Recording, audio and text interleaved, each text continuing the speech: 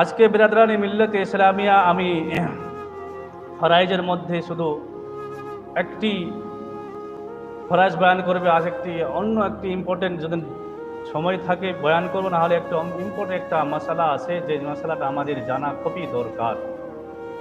যেই মশালার সাথে ঈমান ও আমলের সম্পর্ক আছে, এই সম্পর্কে ইনশাআল্লাহ আপনাদের তুলে ধরবো। ওর পূর্বে নামাজের যে চতুর্থ ফরজ ছিল সেটা হলো রুকু।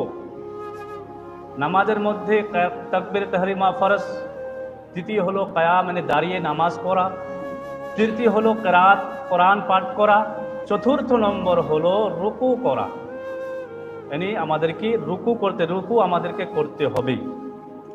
रुकू बाबा लिखा है इतना झुकना के हाथ बढ़ाए तो घुटनों को पहुंच जाए, ये रुकू का कम से कम दर्जा है। यानी कम पक्षे कम दर्जा, कम से कम কতটা আমাদেরকে রুকুতে ঝুঁকতে হবে এটা বলেছেন যে এতটা ঝোঁকা যে হাতগুলো আপনি যদি ঝুঁকান তাহলে ঘুটনা পর্যন্ত আপনি সেটাকে ধরে দিতে পারবেন। এই রুকুর সবচেয়ে নিম্নতম যে একটা দরজা আছে এটা হলো রুকু। আর সব ভালোভাবে উত্তমভাবে রুকু কাকে বলা হয়েছে? আর যে এই রুকুতে আরেকটা জিনিস আছে যে এই রুকুতে বলা হয়েছে যে আওরতের মেয়েদের ব্যাপারে বলা হয়েছে যে মেয়েরা এতটাই যতটা আমি বললাম যে এতটা ঝুঁকবে যাতে এই হাত ওই ঘটনু পর্যন্ত পৌঁছে যায়। মেয়েদের জন্য এতটাই ঝুঁকাটা সুন্নত, বিশেষ করে মেয়েদের জন্য। তারপরে লিখেছেন যে উত্তম তরিকায় ছেলের জন্য সেজদার যে রুকুর যে তরিকা আছে এমনভাবে পিঠকে সিধা করে দেওয়া যাতে নামাজের সময় যদি উপরে একটা পানির গালাস রেখে দেওয়া হয় যেন না ওই পানির গালাসটা না পড়ে, পানির গালাসটা না পড়ে এতটা ভাবে আপনাকে সেজদা রুকু করতে হবে, এতটা সিধা। এটা তো উত্তম তরিকা সবচেয়ে ভালো। যদি কেউ কোমর ব্যথা আছে যতটা ঝুঁকতে পারে না, সমস্যা আছে, শুধু রুকুর যে নিম্নতম যে স্থান সেটাকে আপনি হাত দিচ্ছেন, এই হাতটা আপনি এতটা ঝুঁকছেন যে হাতগুলো ঘটনা পর্যন্ত পৌঁছে যায়, তাহলে নামাজ আদা হয়ে যাবে, এনি রুক ফরজ আদা হয়ে যাবে। এটা হলো বিরাদরানে মিল্লাতে ইসলামিয়া, এটা হলো রুকুর ব্যাপারে। তারপর একটা মশলা আছে जिस शख्स की कमर झुक गई और हद रुकू को पहुंच गई वो रुकू के लिए सर से इशारा करे। এরকম হতে পারে কোনো ব্যক্তির সমস্যা যে ওনার কোমর একটু বেঁকা আছে, মানে ওর ওই গঠনটা এইভাবে আছে, কুদরতিভাবেই ও পয়দা এইভাবে হয়েছে যে যেভাবে রুকু করবে এইভাবে ওই চলে। এখন অনেক আছে, বেশি তো মিলে না, কিন্তু কিছু কিছু মানুষও মিলে যায়। তো বলা ওনার ব্যাপারে বলা হয়েছে যে ওই ব্যক্তি ওর জন্য ঝুঁকা ওইটাই সেজদা, শুধু মাথা দিয়ে বলা হয়েছে মাথা দিয়ে ইশারা করবে, यानी বলা হয়েছে उसके लिए रुक के लिए सर से इशारा करे, শুধু মাথা দিয়ে ও ইশারা করবে, এর জন্য ওটাই রুকু হয়ে যাবে। তো বিরাদরানে মিল্লাতে ইসলামিয়া চতুর্থ নম্বর হলো রুকু করা। তো রুকুর মধ্যে আপনাকে ভালোভাবে সিধা হতে হবে, যেটা উত্তম তরিকা। তারপরে হলে 5 নম্বর সুজুদ, यानी सजदा करना। सजदा করার বলা মতলব কি বলা আছে? পেশানি কা জমিন पर जमना सजदा की हकीकत है। এই যে কপাল আছে মাটির মধ্যে, জমিনের মধ্যে, এইটাকে ভালোভাবে দাবিয়ে দিতে হবে, এটার নাম হচ্ছে सजदा। और उसके लिए नाक की हड्डी का भी जमीन पर लगाना जरूरी है। सजदार সময় আপনার নাকের যে হাড্ডি আছে এই নাকের হাড্ডিটা আপনাকে জমিনে লাগাতে হবে। और अगर किसी उज़्र के सबब पेशानी ज़मीन पर नहीं जमा सकती तो सिर्फ नाक से सजदा करे, फिर भी फ़कत नाक की नोक लगना काफ़ी नहीं बल्कि नाक की हड्डी ज़मीन पर लगना ज़रूरी है। पेशानिर मध्य यदि कोनो असुविधा হয়, কোনো ঘা হয় বা অন্য কিছু সমস্যা থাকে, তবে বলা হয় যে নাকটাকে ভালোভাবে জমিনে লাগাতে হবে। কেউ কি করে শুধু অল্প নাকটা লাগায়, অল্প নাক লাগায়, এই তরিকা নয়।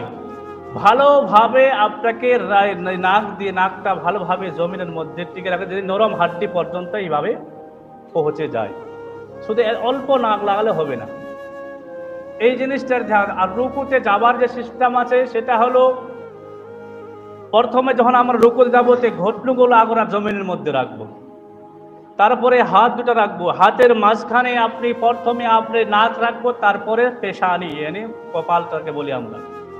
এটা হলো সবচেয়ে উত্তম তরিকা, এটাই তরিকা। তারপরে বলা হয়, তারপরে যখন উঠাবো রুকু থেকে, আমরা রুকু থেকে যখন মাথা উঠাবো, সেই সময় রুকু থেকে ওঠার নিয়ম হচ্ছে এর উল্টা করতে হবে। অর্থাৎ প্রথমে আমাদের রুকু যাওয়ার সময় ঘুটনা ছিল, এটাকে শেষে উঠাতে হবে। অর্থাৎ শেষে আমার সেজদার সময় না পেশানি করেছিলাম, কপালটা শেষে সেজদাই করেছিলাম, উঠাবার ক্ষেত্রে সর্বপ্রথম কপালকে উঠাতে হবে, তারপরে নাককে, তারপরে হাত, তারপরে ঘটনা। এই নিয়ম হচ্ছে সেজদাতে যাওয়ার যে নিয়ম আছে, যে সেজদা এইভাবেই করতে হবে। যে প্রথমে আপনি যখন সেজদা যাবেন, সেটা আপনি ঘটনা দিবেন, তারপরে ঘটনা থেকে আপনি হাত তোটিতে হাত দিবেন, হাতের মাঝখানে আপনি নাক রাখবেন, তারপরে পেছানে রাখবেন, তারপরে 3 বার যে তসবিহ আছে সে তসবিহটা পার করে সুবহান রাব্বিয়াল আলা, এই তসবিহ পার করে ফিরে আবার পেছানে উঠাবেন, নাক উঠাবেন, তারপরে হাত রাখবেন, তারপরে ঘটনা উঠাবেন। কেউ কেউ এরকম করে যে সেজদা সবে সেজদাতে যায়, সেজদা সবে উঠার সময় হাত দিয়ে জমিনে টেক দিয়ে ওঠে।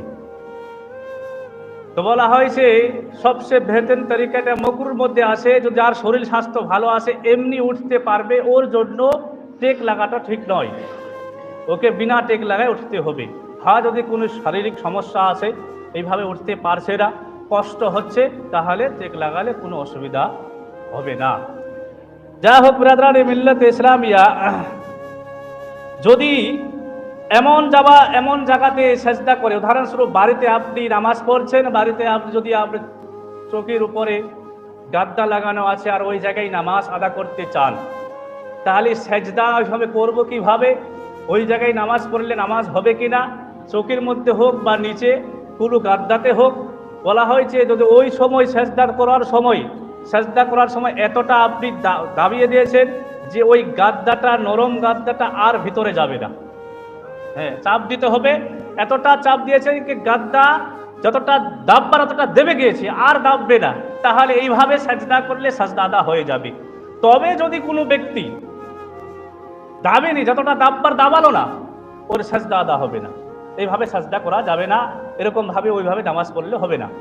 তো আপনাকে সেজদার সময় ভালো সেজদাটাকে এই জিনিসের ধ্যান দিতে হবে যে আপনি যে আমার সেজদা করার সময় যদি এরকম মোটা কালীন আছে, এরকম ইয়া আছে গাদ্দাদের মধ্যে পড়ছেন, সেই গাদ্দাতে আপনাকে ধ্যান দিতে হবে সেজদার সময় যে আপনি নিজের নাককে এতটা দাবাচ্ছেন যাতে আর ওই গাদ্দা আর অতটা আর ভিতরে আর দাববে না, এরকম করলে নামাজ হবে। আর যদি আপনি না দাবলেন, খালি অল্প নাককে লাগালেন আর এভাবে সেজদা করলেন, সেইভাবে সেজদা হবে না। বিরাদরানি মিল্লাত ইসলামিয়া, এটা 5 নম্বর হলো। তার 2টা বাকি আছে, ইনশাআল্লাহ আজিজ 2টার টাইম হলে বলবো। ওর আগে আমি আপনাদের সামনে বললাম যে একটা খুবই ইম্পর্টেন্ট একটা মশালা আছে, সেটা আমাদেরকে জানতে হবে। সেটা হলো কি যে আমাদের সমাজে, বর্তমান সমাজে মানুষ বেহায়াইর দিকে অনেক চলে গিয়েছে। পাড়ায় প্রত্যেক গ্রামে খারাপ রকমের ঘটনা ঘটছে, বিশেষ করে মেয়ে ছেলেদের ব্যাপারে। বর্তমান এরকম হয়েছে যে আপনাদের অবিবাহিত মেয়েরা, বিবাহিত মেয়ে যে আছে, তিনারাও নিজের কারো দেওরের সাথে